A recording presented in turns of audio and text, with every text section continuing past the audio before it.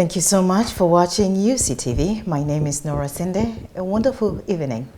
Well, today we are discussing, or we get to discuss some of the stories or some of the issues that are making headlines in our country. Talking about some of the things or issues that are making headlines, we can't help but talk about money. Many times you and I find ourselves in situations that we need to borrow some money one way or the other. But sometimes that has not exactly gone in the right direction, especially now with the online borrowing or lending apps that are all over the place. We have heard of so many stories of people that have, cried foul because of these online money borrowing applications that are all over the place.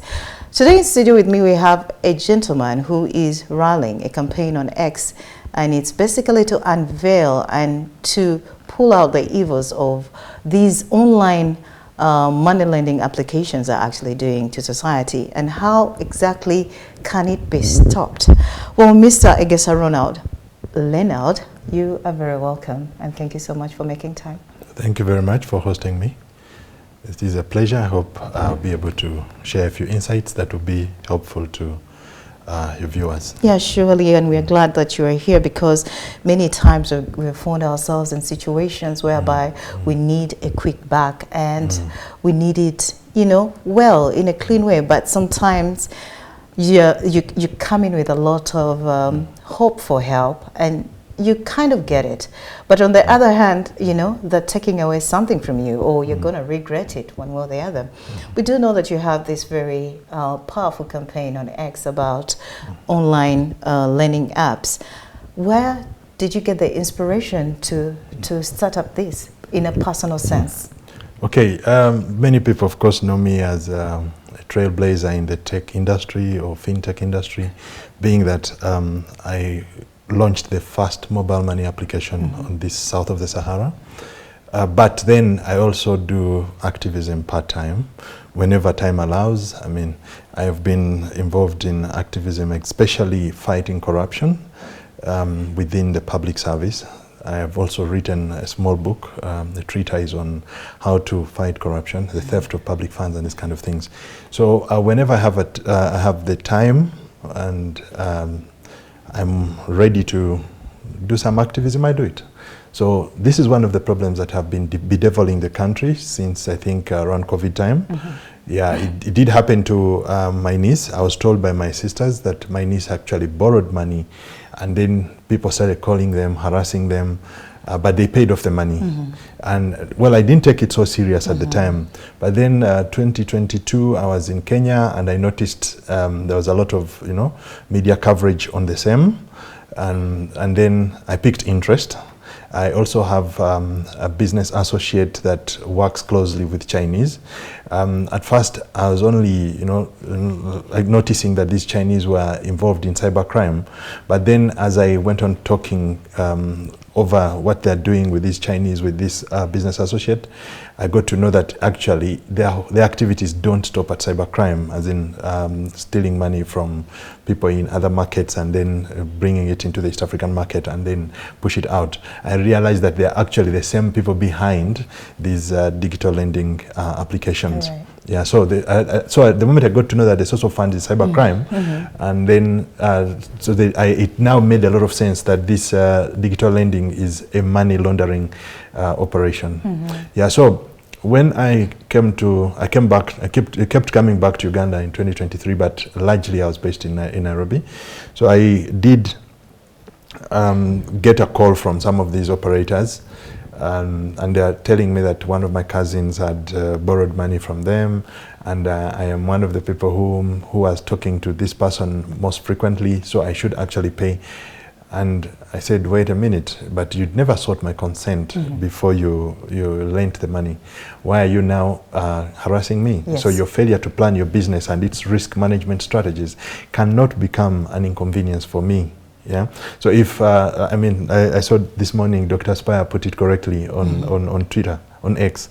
He asked if A and B go into an agreement, yeah, and then B defaults on the agreement, why should then C and D be inconvenienced, who are not part of the agreement between A and B? Yeah. So I said, I promised them, I said, they insulted me, and I said, well, as long as I come to Uganda and I have time, I will come after you. And trust me, because my activism is not just activism of talking. I like results. I'm a mathematician, I'm a software engineer, I build solutions. Right. So I love to see solutions. So I said, I'll solve the problem. I'll come for it for you guys, and you will be out of business unless you reform. You either shape up or shape out. That's the motivation. Yes, I see the motivation came from a personal place, but also with the experience that you have in technology and cybercrime. I think it was just, you know, the cybersecurity. Cybersecurity. Oh yeah, cybersecurity. It was just like, you know, the opportune moment to actually make sure that things are rectified. And you said you just don't want to talk. You basically want to see hands-on solutions when it comes to this. Tell us, how has the social media activism, especially when it comes to X, how has it helped in bringing this actually out and, you know, making everyone concerned in regards to this? First and foremost is the choice of platform. Yeah. I have a number of followers on Facebook or Meta. And I also have a number of followers on LinkedIn. And actually X is one of those social media platforms where I didn't have so many followers. I think I had about 4,000 or so by the time I started that campaign. So I chose that platform because that's where you find the corporate class of Kampala engaging, you know, in banter day in, day out. Right. And this corporate class also includes people working for regulators, working for, you know, for government security agencies and the like. Now, these are not exactly the same people that spend a lot of time on Facebook. Yeah. So I wanted to target that audience specifically. That's why I chose the platform. That's the first thing. The second thing is that after targeting them, now bring these issues out. Yeah, because you see, the people who are suffering the most because of these predatory lending practices and harassment by these operators of the digital credit business or loan apps are the people in the informal sector. Yeah, the people who are, you know, young people, youth, who are going to tertiary institutions. Then you have people in the informal sector like market vendors and the like. Now there is a disconnect between that segment of the population and the corporate class. So the corporate class kind of remains aloof. They do not actually understand what is taking place in society until they get called that so and so took a loan, and they put you as a guarantor, and they're like, but I don't know. So they just tell off the people and leave it there. And then these people are actually, you know, suffering. Yes. So that's so when I brought it out there, now it has opened people's eyes. We have pushed. We got UMRA to come out, make statements, issue circulars. Bank of Uganda also came out. At first they were aloof also. They did not respond. They realized it is not ceasing. Actually, from their own account, some of these regulators, people were telling me from within that they thought the campaign is going to fizzle out after a few days. But I mean, when I start something, I tend to pursue and follow it through to the end.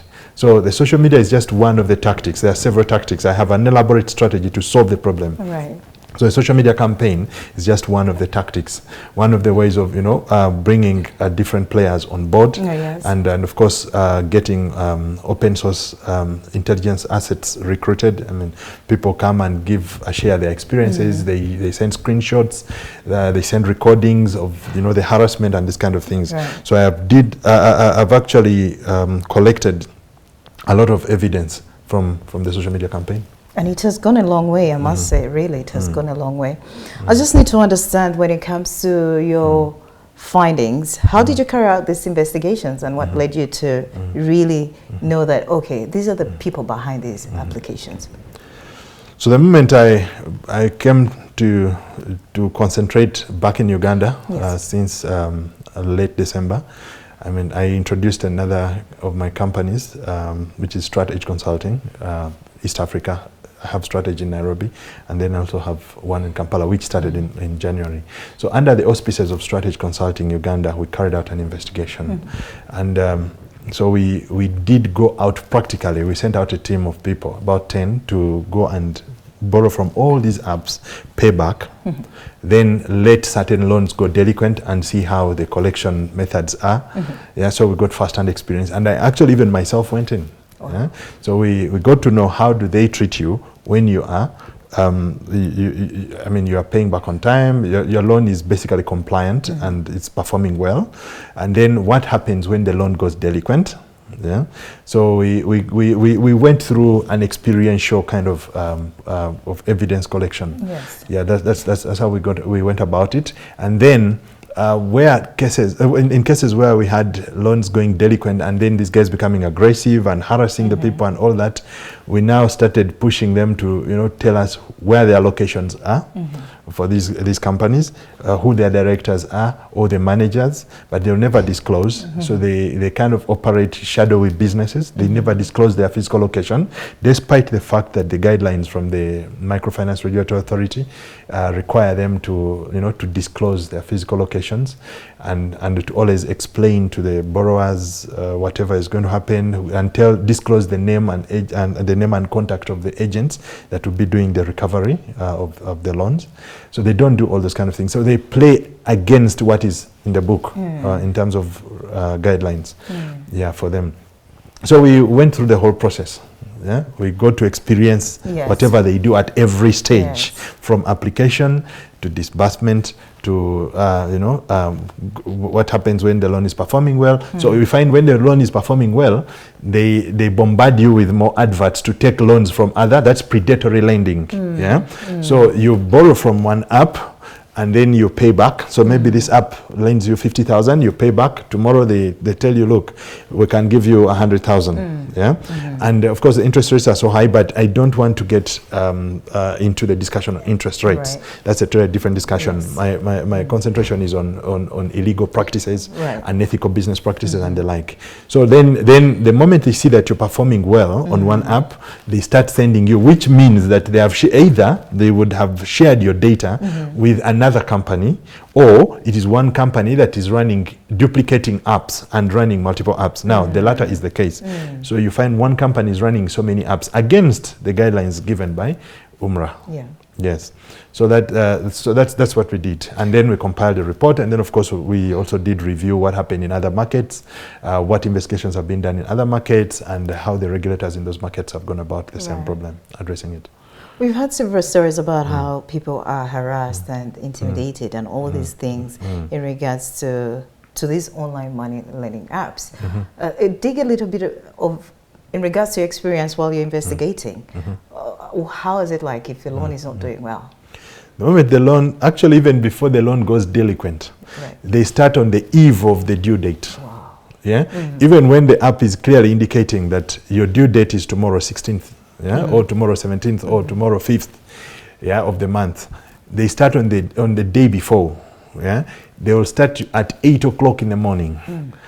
They start with messages and phone calls. The frequency of phone calls increases. The frequency of messages increases. They send you text message. They send you WhatsApp messages. They send you. They call you, and then the moment you tell them, look, my due date is tomorrow, they will not hear any of that. They say, no. Tomorrow we shall be doing reconciliation with our payment aggregator. So they want you to, to play according to their terms. There's no negotiation, there's no understanding. Then if you do not actually pay up that money by 5 p.m., then they become more aggressive. The language also changes. It becomes obscene. It becomes derogatory, disrespectful. They will send you words like, gwe kakazi gwe, uganye okusasula sente. They will send you messages in Uganda in English. They will say, you thug, you're behaving like a thief. You've done ABCD. So then then the following day, which is actually the due date, they now actually start stretching to the people whose numbers you put as next of kin contacts. Then they will also go to your call logs, the frequently dialed numbers. They will also go to your contact list if they manage to access it. So people ask, how do they get access to these things? At the time when you install the app on the phone. Now, I must mention that these apps are only available on Google Play Store, so they only operate on Android devices.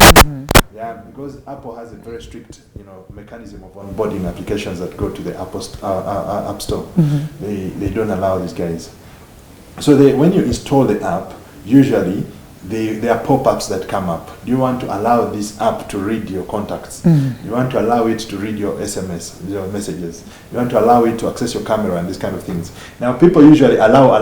Most of us just allow. Yeah, without knowing what the implications exactly. is. But when you're allowing, you're actually signing away your rights, your privacy, and your right to to having your data protected from external access to these guys. And as soon as you allow, and then you start the loan application, before you even get the money disbursed, they download on their end. They download the phone book, the call logs, the SMS. They download them into spreadsheets, and they have a copy of it, and then they upload it on their servers, which servers are not in Uganda, which is also against the data protection and privacy laws in Uganda. Yeah? So they keep it on their side, so they can always access it, even if you go ahead and deny them access and all that. But at the first instance, when you install the app and allow it, they will have downloaded these things, so they have a copy of them, which their collection team will use to harass you and harass your contacts. Oh my, very, very unfortunate there of some of the things that people actually go through. But that is not only what they go through at times. That's because they are calling everybody and harassing everybody around you. Sometimes they are calling your grandmother in the village. They are calling your mother. They're calling your father. These could be elderly people. Blood pressure shoots up because they feel that their children are in danger. They tell them, we're going to arrest your child. We are coming. You'll see what will happen in the next 1 hour. They give this kind of threats. Sometimes they even give threats that are pointing to physical injury, that we are going to harm you physically. Yeah. So this creates anxiety. It creates panic within the population. Some people end up selling possessions that they have, not knowing that they are selling to pay back exorbitant interest rates, and to people that are not actually following the law. So that's the thing. So now there are people who have testified. They have shared their messages, and they have said, I'm contemplating committing suicide because my reputation is tainted. People have lost jobs.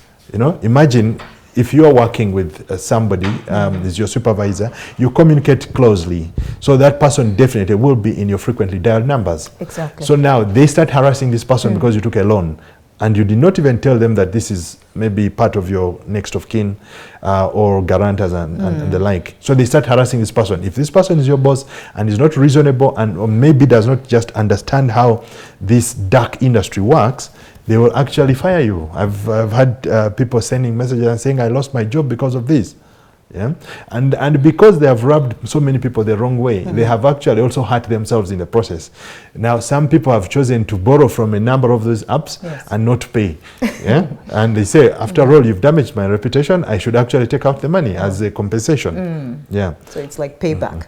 But what I found disturbing is that because I've been engaging different players in the ecosystem, including the regulators, what I found disturbing is that the regulators, one of the regulators, direct regulator, permits these things by entertaining complaints and not following up on the complaints to see that they are addressed. Instead, allows these fellows to come and pay off these people quietly.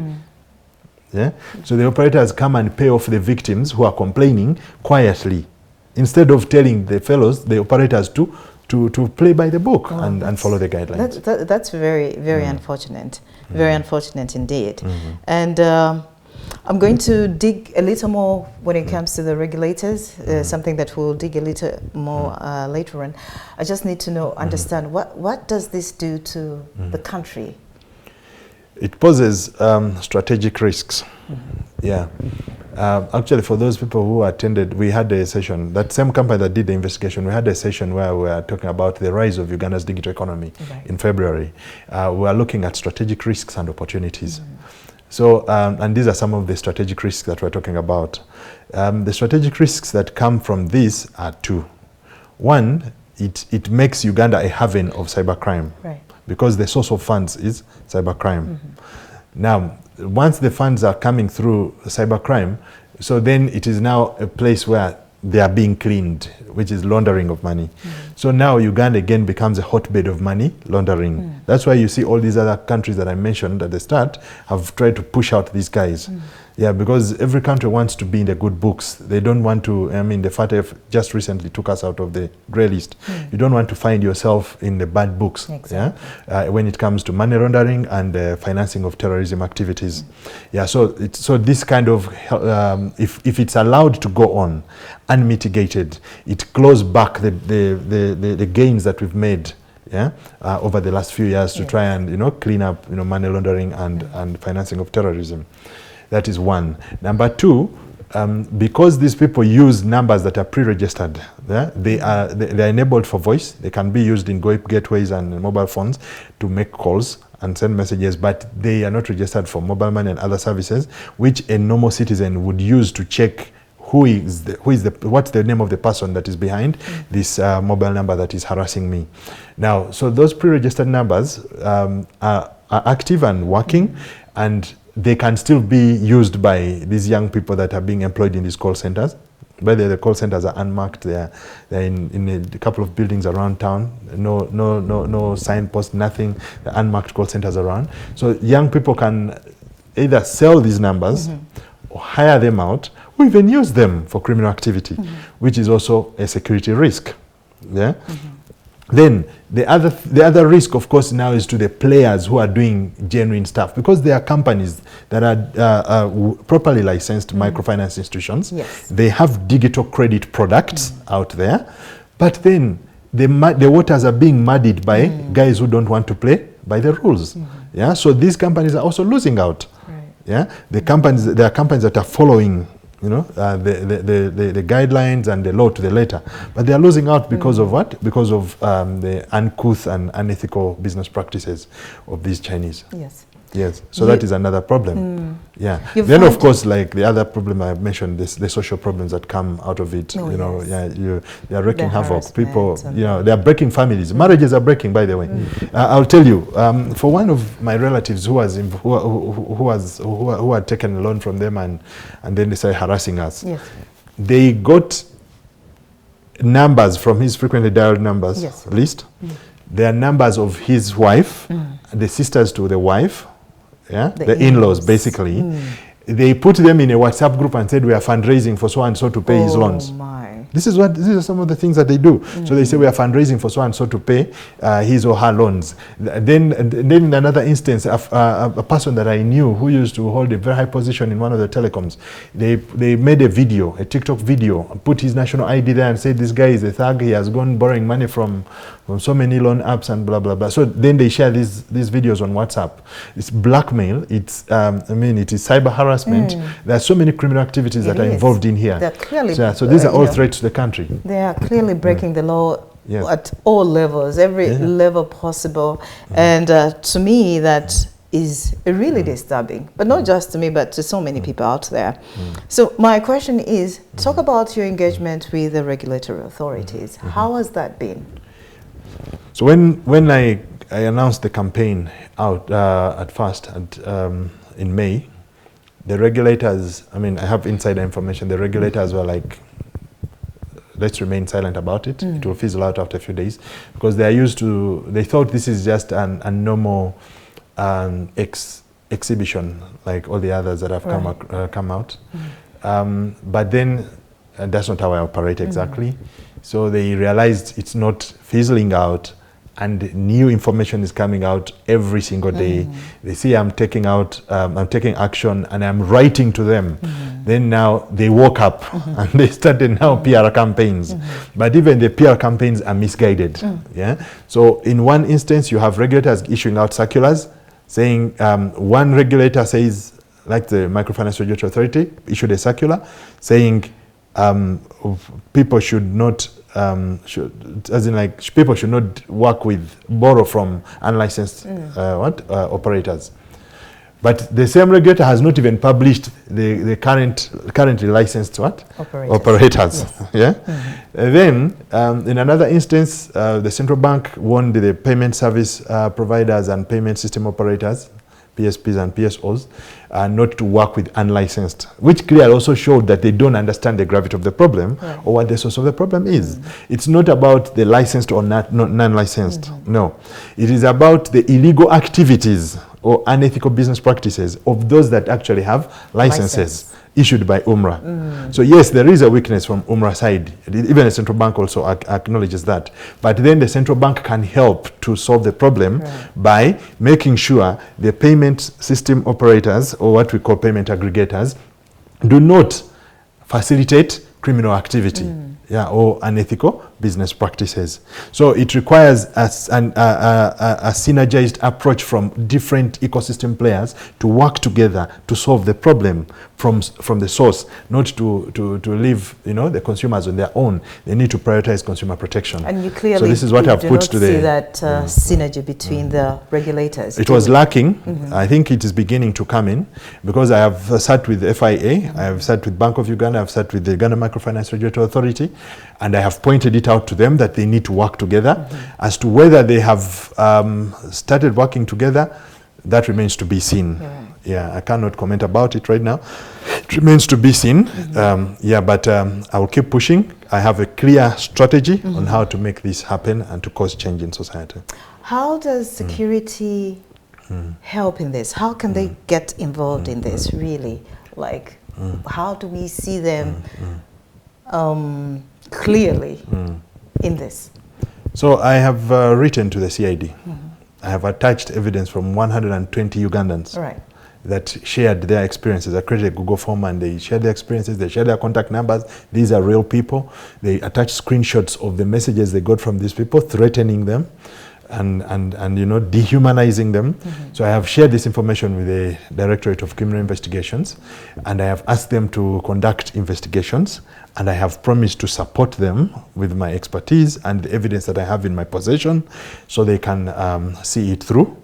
I have also encouraged people on social media that once you get harassed, the first thing you should do is report the cyber harassment to the nearest police post or police station.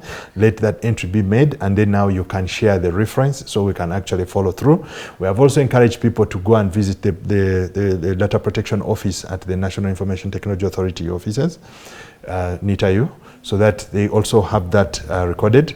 Now, the feedback I have got from some of the people that have taken these steps indicates that some of these entities tell them that we have tried in the past to locate these people and we failed to get them. But they should tell you that, because we have been able to find these people. We know where the call centers are. So there is a problem of corruption which compromises some of the players within these institutions. But we are saying we are not going to cease. We are going to use all means possible to get these guys to be brought to book, or if they cannot shape up, reform their businesses and play by the book, we kick them out of the market. And how are we going to do that? We have recruited a team of young people who have their smartphones. They have loaded the contacts of members of parliament, members of cabinet, senior security chiefs, and they are going to borrow money and have these boys and girls harass them. So when they harass them, they will wake up. They will solve the problem.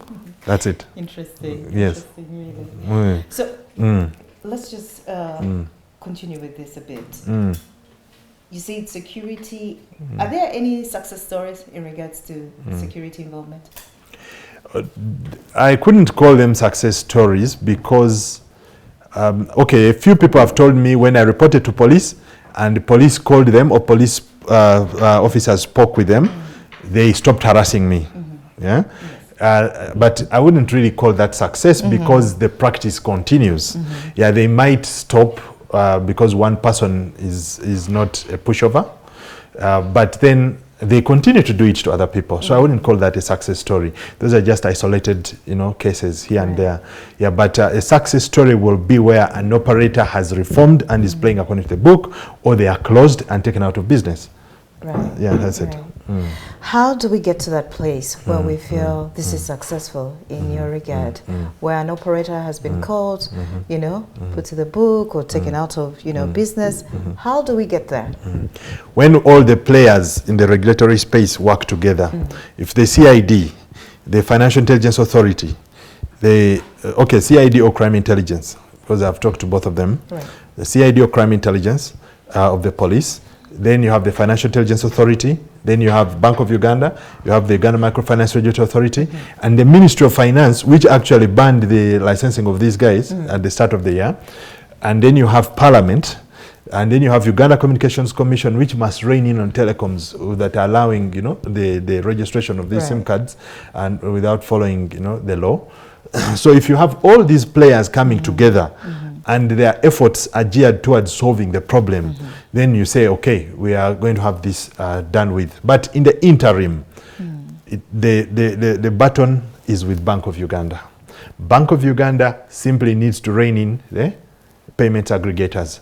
Right. That's it. And once the payment aggregators are reined in, they do not actually support the disbursement of loans and collection of monies by operators that are not following the law, then the business model collapses.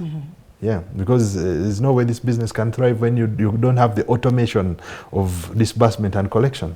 Yeah, and then of course, you know, these people, even because they can take out this money so fast. Yeah, you find a single Chinese, a sole signatory, has Visa cards attached to the company account, so they can actually transact money every single day. So it means that even URA is powerless. Yeah, they cannot even, you know, be sure that this company is following the right corporate governance, is remitting taxes that they're supposed to. In fact, somebody yesterday sent me a message, I'm yet to verify it, saying that they spoke to a commissioner in URA, and the commissioner said they don't actually pay most of the taxes they're supposed to pay.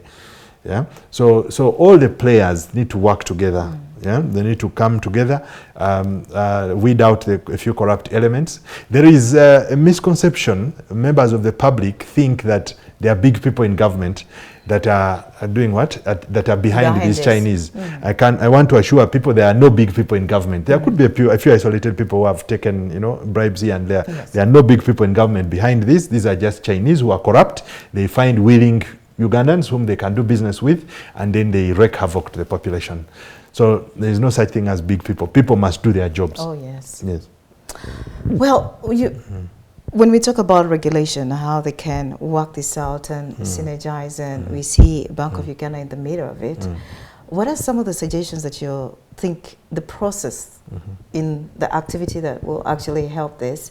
You said from our discussion, sensitization is not really a hands-on method, especially for a man coming from your background. Yeah, it is a non-starter. It's a non-starter. Sensitization is a non-starter. Yes. Because, you see, for example, the regulator was coming out to say that people should only borrow from licensed players. How many Ugandans, ordinary citizens, are sensitized to the level of knowing that this one is licensed, this one is not licensed? Exactly.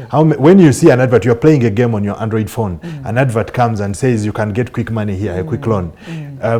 When you see that advert, do you even know that there is a regulator?